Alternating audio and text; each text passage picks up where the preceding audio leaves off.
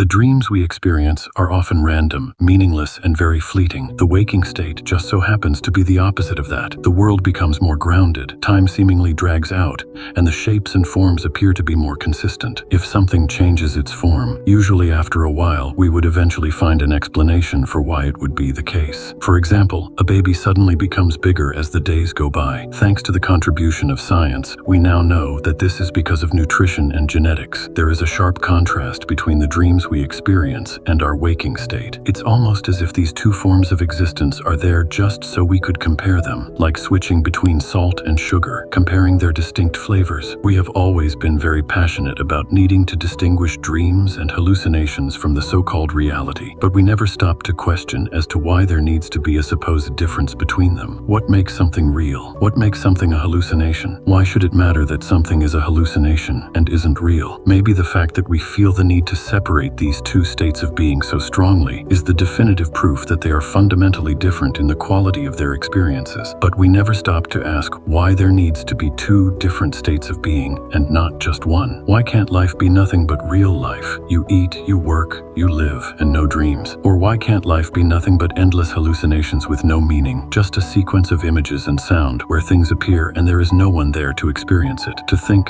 feel, or make decisions with their own free will? The world can't only be too concrete, too rigid, too quote-unquote real. There needs to be something else, something different. That's why dreams and hallucinations exist. Here is another point of contrast between dreams and reality. When you dream, it's all in your head. Everything is made out of your consciousness, and you're all alone. In your waking state, everything is also in your head. But now there is also the idea that there are things outside of your perception, other people with their own identities. Our consciousness is like a mirror that reflects the outside world, which is made of something. Many of us call it matter. What is matter? We don't really know. We just give it a name so we could distinguish it from other things that exist in the world. Real, illusory, matter, consciousness. We assign names to concepts so we could tell them apart, incapable of ever knowing what they truly are. The main idea is that they must be fundamentally different from one another, like how the number 501 must be different from the number 502 and 503, and so on. If they were not different in the quality of their experience, then we would only have one thing. And if there could only be one thing in existence, then it would be no different than no existence at all. There would be nothing. If nature or the all is absolutely everything, then it cannot be finite in any way. Nature cannot be limited to being only one thing, or just some things. If God exists, God should not be finite. It's almost as if they are there to meet some criteria, to fill a role as something that is other than what already is. The world simply refuses to be limited in any way. There will always be that one new quality, one new attribute, something that we have never seen before. Real and unreal are human concepts, but they are also experiences with certain qualities to them. We can't define them. We can't even understand what they are, but we can experience what it's like to be humans. In a way, the real and unreal are two qualities that we have in our human existence, and they are just two qualities, two things out of 100,000 others. There are so many of them, it would take days to write them all down in a list. But then again, does nature need to be the sum of infinite attributes, as Spinoza had once said? There is no way to confirm this idea. We might reach a point where we would have discovered, for example, 30 attributes in nature, and we would be spending the rest of eternity not finding a single more. In such a scenario, what could we possibly say about the absolute, definitive state of the world? Does nature only have 30 attributes, or are we simply not given access to the remainder of the sum? In the end, it is up to us to draw our own conclusions, and we can choose to switch our stance on the topic 100 billion times and nature would not be bothered one bit. We have all the time in the world after all. Us, our children, or some other species that might outlive human civilization. Personally, on good days, I'd like to be optimistic, because I think it'd be more fun that way. Think of it like your favorite TV shows. Don't you want another season, or maybe new shows to watch? What? You don't? You prefer to watch dust gathering in the corner of your basement instead? That's crazy. Anyway, thank you for watching. Take care.